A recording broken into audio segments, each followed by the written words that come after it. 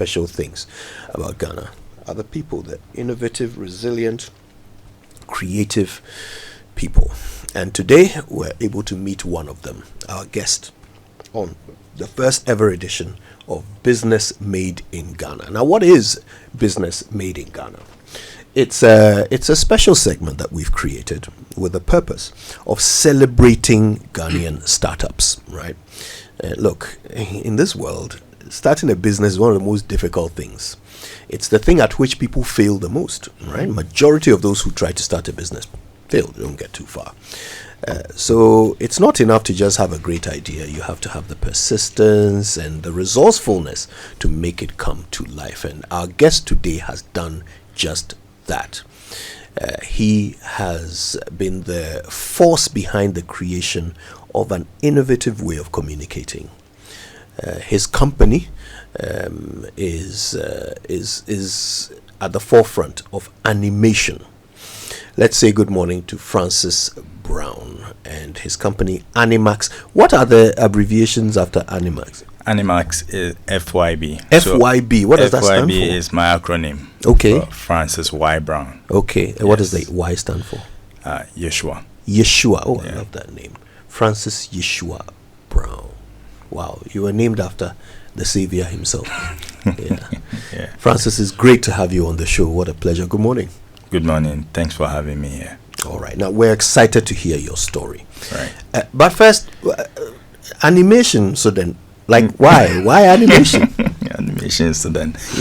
I was naturally born an artist. Growing up, I was sketching a lot, and I was watching a lot of Cartoon Network and other animations. And my grandmother saw the talent, and she helped me hone it. She actually inspired me, saying that the way you're always sketching some of these things, I always see movement in your drawings, and one day you can be creating the things that you always watch. That was it. And here we are, right? Mm-hmm. Yes, you put movement to your drawing.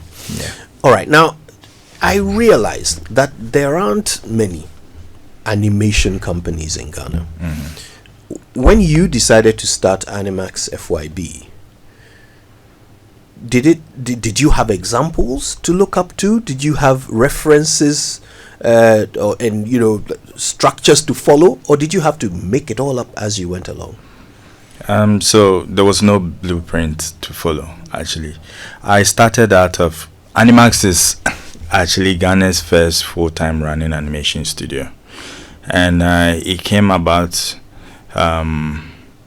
The main reason why I established it was out of frustration. I wasn't an entrepreneur or someone who has learned how to manage or start a business. I was a pure artist, creative. But completing film school, my graduation film was doing very well. It went to several film festivals, almost about 100 of them, Wow. winning almost about 60 out of them, You don't say. including Best Animation in Africa, and also getting shortlisted in the Student Oscars, which is the first time it happened in West Africa. Wow. And this made me sought after, and I had opportunity to leave the country because that's what has before then was happening. All the film students or animation students were leaving, the best of them, and those who stayed just changed course. And I believe in Ghana so much. I believe in Africa, and I think that when we say let's tell our own stories, it means that we need to keep our talent here and not extract them to saturated markets and places that don't really appreciate our storytelling, but rather our manpower or labor. So I decided to stay and bridge that gap by starting Animax FYB Studios, and also bringing in people who have similar passion as mine to be able to really start telling the story of Ghanaians and also Africa. So how hard was it? I mean, take us to the very beginning, day one, when you decided, okay, I'm doing this. What was the process? Walk us through it. What did you have to do in order to set up the first animation studio in Ghana? So I have a story that is written. It's called Two Cedis and a Dream. Okay, love it. Yes. So I completed NAFTI in the year 2014. And when I was done, in fact, when I completed school, I stayed at the hostel for almost two weeks whilst everyone had left. And it was all because I wasn't having money to leave. And the school had to kick me out because they were getting the place ready for the next set of students to come in. So I had to call someone who was based in Kokomemle here, an old friend, and she came from UK to produce Anoche animation. But unfortunately, as at the time, there weren't any good animators around or animation practitioners. So I was the only one that she was leaning on. From 2011 to 2014, and the thing almost collapsed. And she only had 6 months to stay in Ghana. Right. So I called her and I told her that I'm almost homeless. So because going to back home, there was almost nothing there. Where was back home? Back home is Takrady. Right. Yes, and the condition there wasn't favorable. Like Takrady, someone who has come to Accra to learn film, animation, and really got into that stage of understanding or mastering the craft, and I need to go to the next level. I don't have to go back, So she said, "Oh, come and stay with me. I have one room." So I came to Kokomemle and I stayed with her, and God being so good, through the 6 months I was able to manage to get some gigs, and also my film. Through the 6 months, I was traveling all over the world, and it happened like magic. I didn't know that was waiting for me. So I started traveling the world with my film. They were paying for my flight, accommodation, giving me per diems and all that. So I was keeping some of that. When I'm going, I go garage it all, so I can keep the per diem. You know. So I came back and I bought myself 2 sets of machines. And the lady said, "Oh, I'm leaving, so take care of this place. You have 2 months left." So I took over the place, and I turned the sitting room to be the studio. So I registered the company in December. Then everything started. So tell me, when you say 2 machines, what machines? What is it? Computers? Desktops. Yeah. Okay. As at the time, there weren't so much. It wasn't a very powerful machine, but these 2 machines. I had a friend of mine whose name is Richard Opokwajiman. He was based in Kumasi, and he completed Winneba School of Education. But he was a year ahead of me. But we met on the Anoche project, where I was like the art director there. Right. So when he met me, he was like, "I like your talent. I like the way you work. Although I'm an intern here, I'm still under you, and when I complete school, I'll wait for you to complete school. I'll wait for a year, because I see something in you, and whatever you decide to do, I'll join you." So I brought him to Kokomemle to come and start the studio with me. Wow. So he was inspired by your vision, and just your drive inspired him to become a part of your story. Yes. That's amazing. Right, so here you are, 2 machines, registered company, Kokomemle living room. Then what? So then the film kept going and going, and when we got selected at AFRIF, which is Africa International Film Festival in Lagos, we were about 16 in that category, and we won. And it started calling for attention. The international media was really talking about us, and we started getting calls for gigs. So that is where we started working for some of the multinationals, and also international brands like the Coca-Cola, Samsung, and Nike, LeBron James. Wow. You've worked with LeBron. Yeah. That's amazing. Yeah. Now, look, this award-winning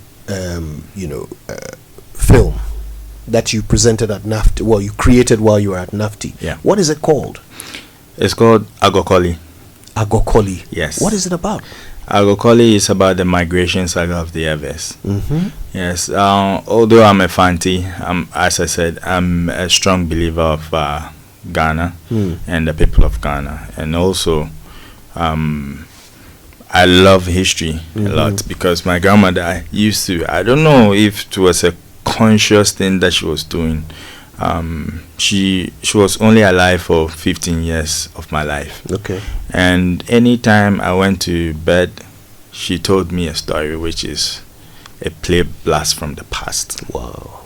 So she was telling me a lot of stories. So when it was time for me to tell a story for my final graduation, as my graduation film, I said I would like to do something which will be my calling card when I come out of school.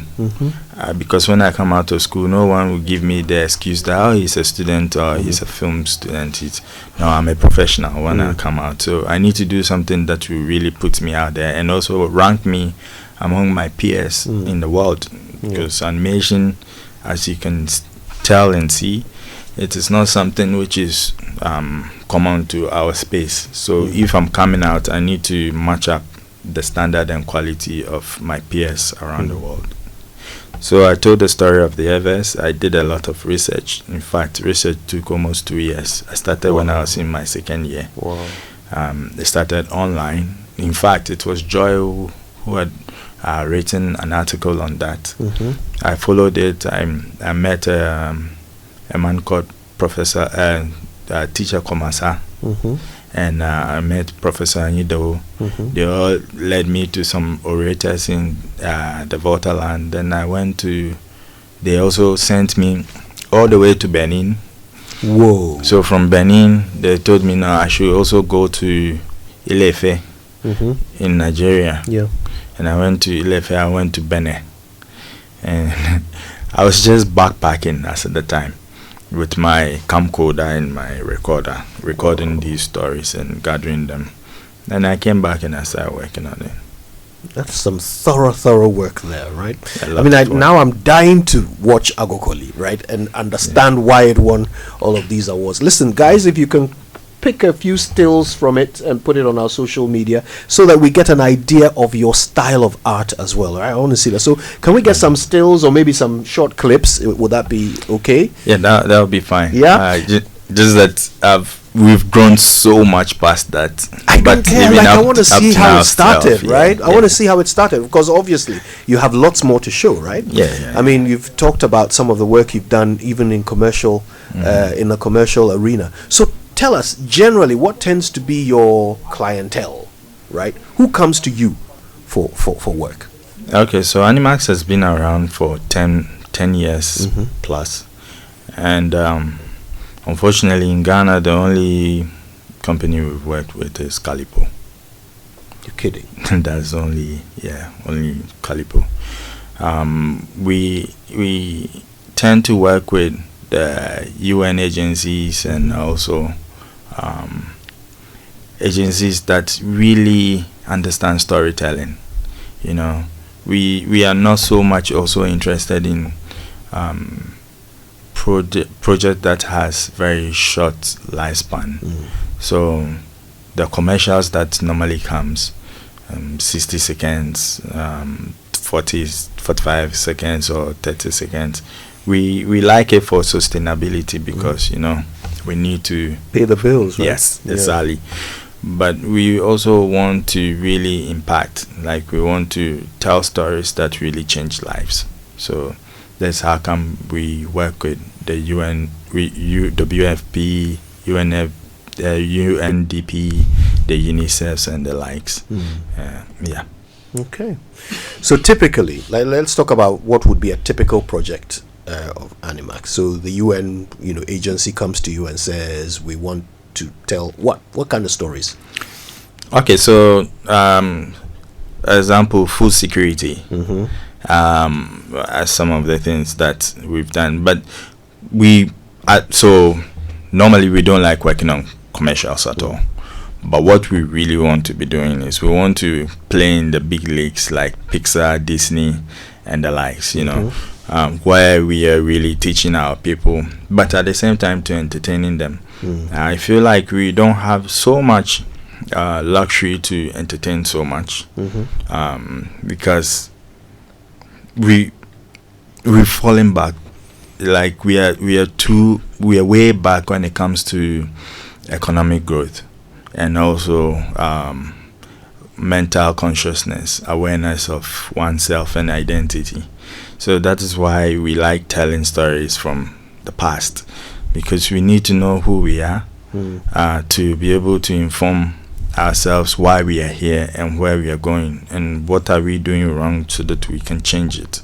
So making agokoli, making tutu is also about the formation of the Ashanti Kingdom, story by Akonfanache and Setutu coming together to make to establish the Ashanti Kingdom. Then also we work on stuff like Mofra, which was a sensational thing when it came out. It was a big hit in Africa, not just Ghana. It was picked up by Amazon Prime in the year 2021. So can I see it on Amazon Prime? Yeah. Mofra. What's it about? Mofra, as you know, it is the Akan word for Children. kids. Yeah, children. It's an educational program for kids. And we produced about 9 different short shows. So it's a content block of about 70 minutes, which teach kids from various stages in terms of age group, from preschool to early childhood at school, how to rhyme your ABCs, like all the things that that our kids nowadays are shying away from reading. So they're moving towards more of audiovisual. So we condensed some of these. We worked with some educators and some schools to condense their curriculum into an audiovisual piece. So we have Way to Go. Way to Go shows or tells stories of how kids got to relate to themselves. And when you're asking for a favor, the way you need to ask, you don't need to feel entitled to someone's thing. You need to Teaching learn how to say manners, sorry. Yes. Right?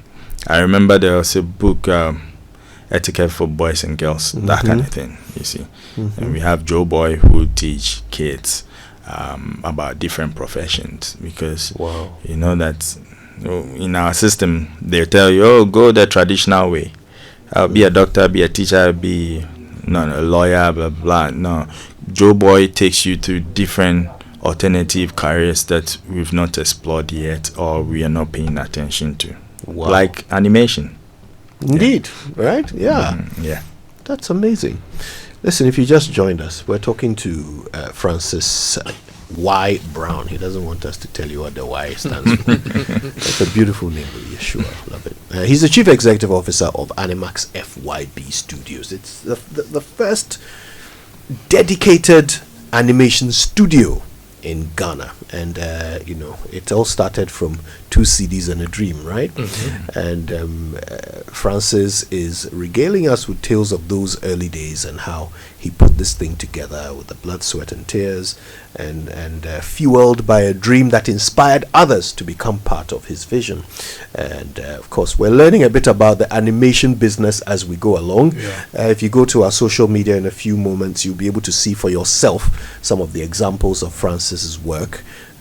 We're very excited by his very first animation, which was an award winner, entered into hundreds and hundreds of festivals and competitions, and won the lion's share of them. Francis' story is inspiring indeed, and it's the first in our Business Made in Ghana series. We'll go for a quick break, and when we return from the break, Francis, I want us to talk about the value of the industry, where Ghana and Africa stands, what are the opportunities, and what can a business like Animax do for our education sector, our health sector, civic education sector. And in the talk about 24-hour economy, this, that, how do you fit in the national development narrative to solve So you are a solution looking for problems. So we should bring the problems to you. Yeah. So yeah. What problems are you waiting to receive to fix? And what would it take if we gave you, say, some $10 million? What we get for it, right? Yeah. Yeah, we've got lots and lots to explore with Francis. And I'm particularly interested in the value chain, the process, right? Is it expensive to create an animation, or is it just time, right? Like, does it cost money? Do you have to put in inputs? Like, give us a bit of a breakdown of how you make an animation.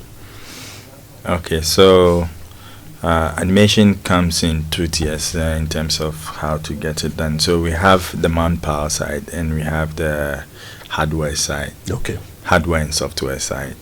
So the manpower is the technical know-how, the people who are going to use the computer, and also the gadgets to create the story.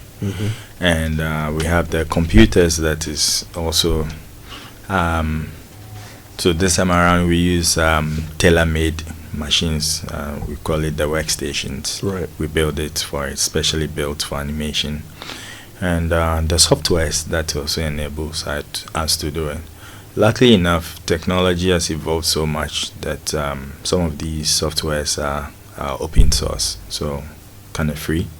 And the key ones are still paid for. Yeah. So we pay for some of these softwares as well. And when it comes to someone coming to us to produce with us, we are very flexible. We are open to, because it's a new market in Ghana, in Africa.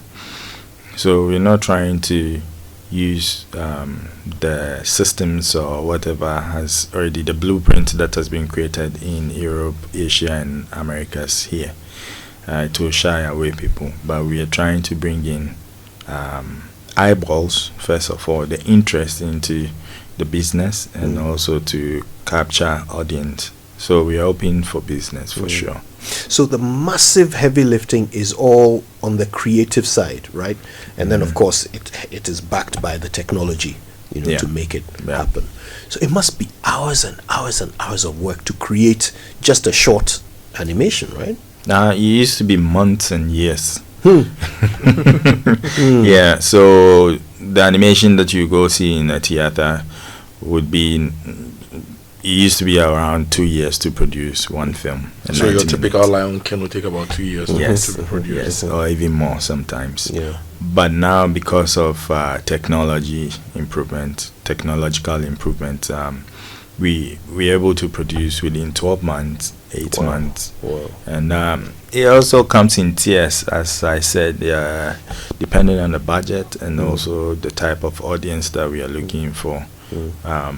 Budget differs. Yeah. So if you're creating something for preschoolers and educational platforms and all that, that shouldn't be something that is super expensive. But the trick is, the funny thing is, anything that you develop for kids is like a moneymaker. Is a cash cow straight. So you wouldn't spend so much, but you end up reaping a lot. You make your money back. Yeah. That's good. So if I walk into Animax FYB today, who will I see? What sort of people do you employ? What sort of skills are at work there? Well, so kind of walk me around the room. Introduce me to the people you work with and what skills they have. Okay, so we have your normal admin team, which is the corporate side of things. Right. And we have the core team, which has been our main focus over the years. So we have 3 departments. We have the pre-production, production, and post-production. Okay. So in the pre-production department, you have your concept artists, you have your 3D modelers and artists, and we have the sound stage or sound studio. So we have the sound engineer for recording voices, creating follies, creating sound scores, and sound designs. And the production side, we have the animators, the riggers, the character modelers, we have the storyboard artists, and we have the CG simulators, the visual effects artists, and the post-production we have the editors, the compositors, the lighting and rendering artists. We have the color artists. Wow, fascinating. So it's like a whole ecosystem. Even we have people who build the environment. So in everyday life is an architect. We have the fashion people, those who create the costume that the characters wear. Wow. We have those who also do the grooming, create the grooming. So your hair and your eyelashes and all that is also people there. Specialize in that. Yes, grooming artists. Wow. And this is also people who have learned about hair and all that. So animation is actually world building. You're creating from nothing. So some people call us demigods because we create out of nothing. Universes, right? Yes. Out of nothing. I love and that. Everyone is plugged in there. So you can find any profession in animation.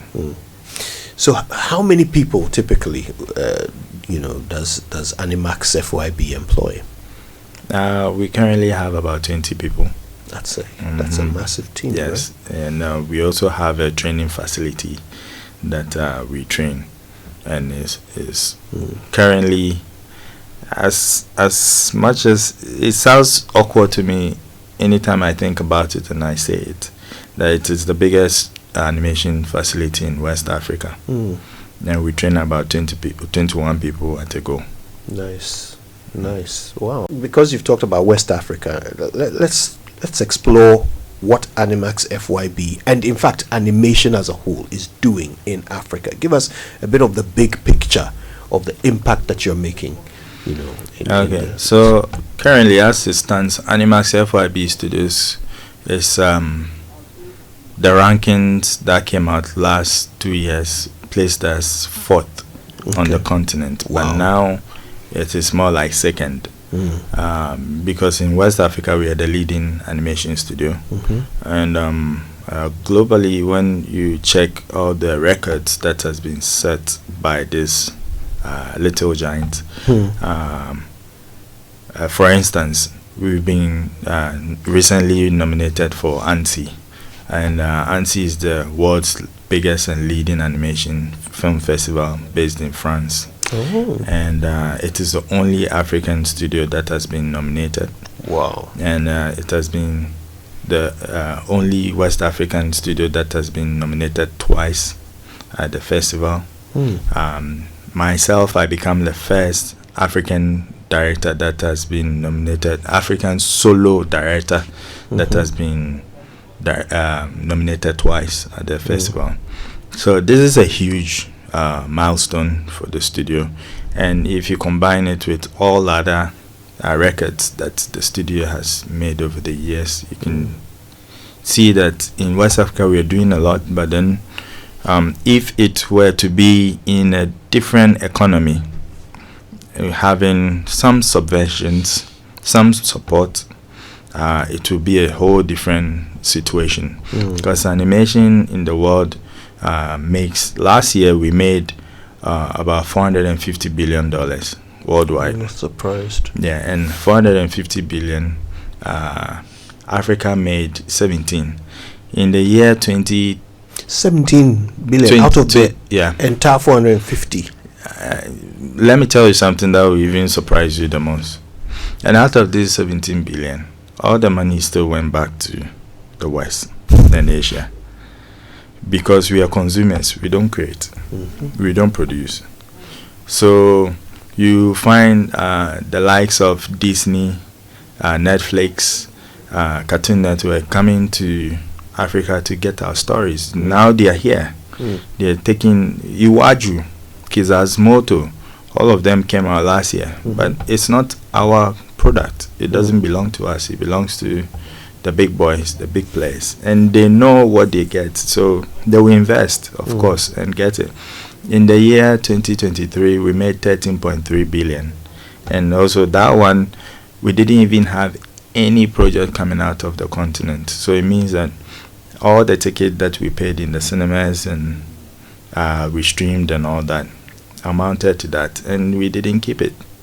So it's about time a studio like Animax, FYB Studios get the right support and the right investment infrastructures and structures in place for us to be able to enter into the market, as it were, and bridge that gap.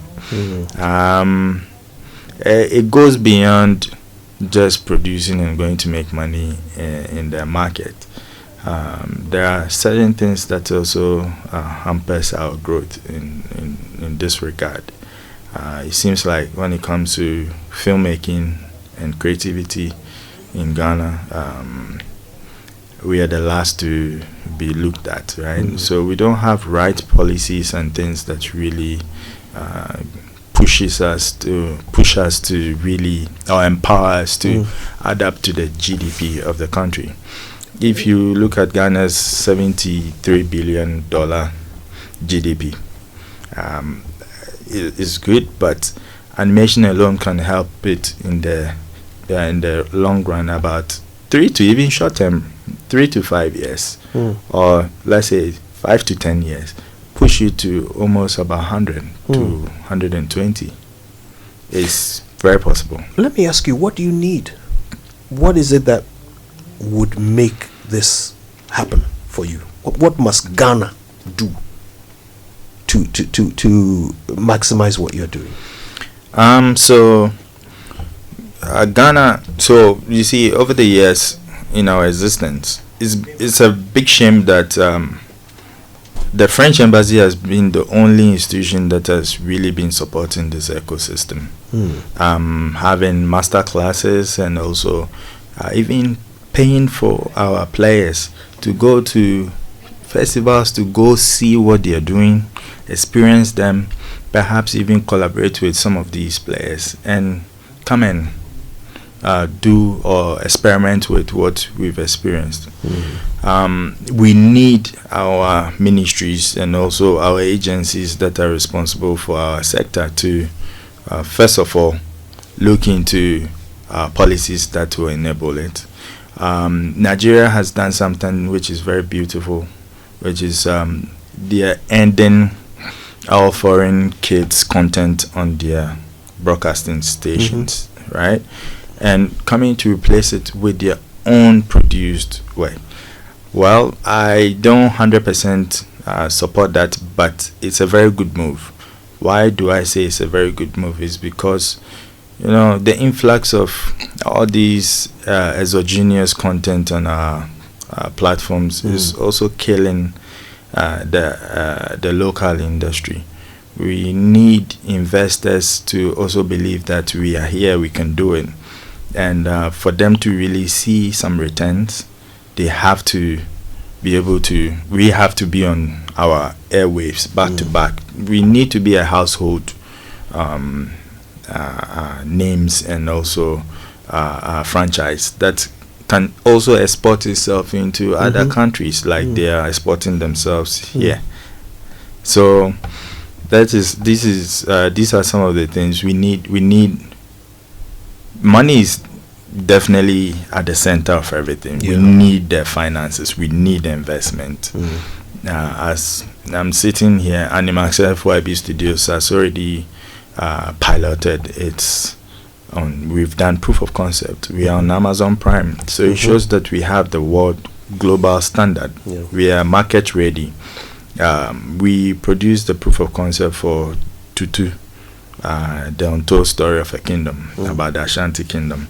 We did it in 2019. Warner Bros was almost about to pick it and COVID happened, so fortunately it crashed. Oh dear. But should we wait for Warner Bros to come? I've tried so much to reach out to the big king himself too, but gatekeeping, so we are not getting there. We're not getting to even get close to the man so that he sees that there's a potential. If we are able to tell some of these stories, our numbers on the continent and also in the diaspora alone can help us really build something strong for Ghana. I'm so fascinated by the possibilities, right? It's a good thing that Mr. Akutu mentioned you when the education minister was here, right? I hope something positive is coming out of that. We'll see. We'll see. Kojo, before we even get there, let me give you some numbers. In 2013, UNESCO published the Culture and Creative Arts Cultural Times. That was the name of the publication, the first global map of culture and creative industries. Right. They commissioned that in 2013 and published it sometime in 2015. Now, if you look at the industry then, right, the whole global cultural and creative industry was valued at $2.25 trillion. Right. And it's employed about 29.5 million people then. Television was the leader at $477 billion. Visual arts, $391 billion. You are somewhere in between television and visual arts. Newspapers and magazines, $354 billion, but now we know newspapers are dropping. Advertising, $285 billion. Architecture, $222. Books, $143 billion. Performing arts, $127 billion. Gaming, $99 billion, and you're also in gaming, right? Movies, you are there, $77 billion. Music, you are there, $65 billion, and then radio, $46 billion. So about $2.25 trillion. Now, North America had a share of $620 billion. Europe, $709 billion. Whoa. Asia Pacific, $443 billion. Latin America and the Caribbean, $124 billion. Africa, just $58 billion. Right? Always trailing. Yeah, so he's talking about Nigeria trying to take out all foreign content for their children and replace with locally produced content.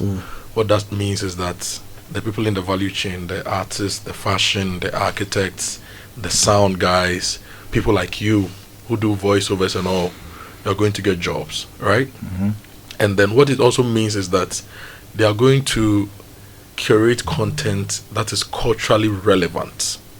I believe he disagrees. Francis says he disagrees with the blankets removal of foreign content, because I also agree with him. People need to experience other things and learn new things, but your core should be properly built, right? So now you need your children to understand our stories. We know Moana, which is basically also selling a bit of the Caribbean and Polynesian culture. We've watched Mulan, we've watched all the Disney series and all those things, but how are we packaging the stories? For example, Kwame Nkrumah became the African of the millennium. A Kwame Nkrumah production alone could bring in millions, right? Big time. But importantly, for me as a father, that's why I put that question to the minister. I don't have any proper local content to teach my children when I'm busy making money or busy being tired, right? And it doesn't come easy to produce these things. We've seen all the Mofra episodes, about 12 of them, and that's just about it. But is it possible to use public procurement, to use our educational curriculum, our cultural policy, to have a team curate content and have Animax, Elkanah Studios, mention the others. So Indigene Bros, Poker Studios, and all these people come together and produce content that we can enjoy. How much is it going to cost us? And the value that it creates for the future, right? So it's obvious. People are coming here to pick content. Disney takes Lion King from Africa, makes it big, and rakes in billions of dollars from that. Yep. Who is picking the Kweku Anansi story, the Tutu story? I understand there is a series in the Caribbean called Anansi. Yeah. You see, so someone has already understood the value and taken it to his country. They are entertaining their populations with our stories, and we are sitting on them. Now, Anansi is a very big character in the Caribbean, even in America. We lose guard. That's really the thing. We lose guard. We have allowed others to see the value in what we have and exploit it, and it's the same old story since slavery. So at what point are we going to decide that this is ours, and so we will create and sell it to the world? If you look at Japan, for example, the economy is literally running on creative arts, especially on anime and manga. Yeah. You go there, everyone is like this, just reading or watching an anime, and they produce in thousands, like a whole series. You have hundreds and thousands of episodes. So how wouldn't they come into our system and flood it? Yeah. They can flood any broadcasting station and make it cheaper because they have the numbers. But if we are not able to get that type of numbers and also support to produce in that mass, there's no way we can also be global giants in that. What will $1 million do for your business? $1 million? Yes. $1 million. Not a grant, not a loan, but a contract worth $1 million, say, from the Ministry of Education to produce content for preschoolers in the country. Okay, if so we give you $1 million, can you produce enough content for preschoolers in the country, for example? We'll produce more than enough. And aside from that, we won't just make Ghana education great. We'll make Africa education great. And Ghana will be the beacon of education in Africa through this initiative. And aside from getting that reputation, the government will also make a lot of money out of this.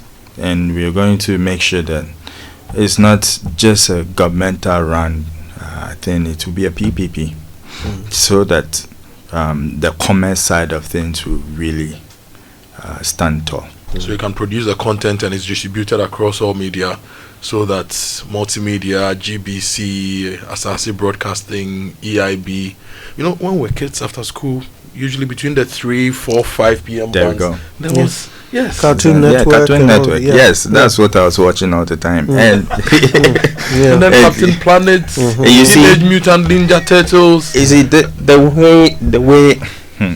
the way our game is it has changed so much. If I go in depth, I might scare people or even blow minds. What we do, it's not just our universe now is not just where we sit and what you see. We have the metaverse, we have blockchains. Everything that we produce, like if we are working with Ministry of Education, for instance, to create our curriculums into things, we will make it into a 360 IP. We are going to generate IPs. We are not just going to make content. So these IPs will go into merchandising big time. We will go into gaming.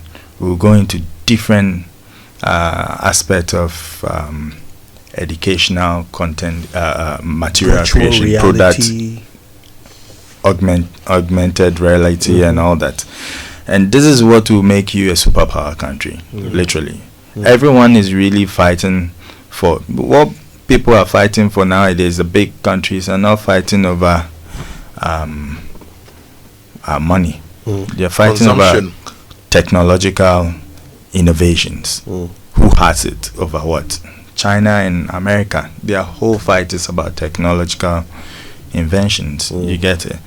So we sit here and we only rely on what has been produced by others for our consumption. And I saw some of the curriculums from some schools, and it's still, what I was studying at school. I'm not that old, but I feel like a lot has changed over the years, So we haven't changed. And it's a problem. It's a problem because we are not in a bubble.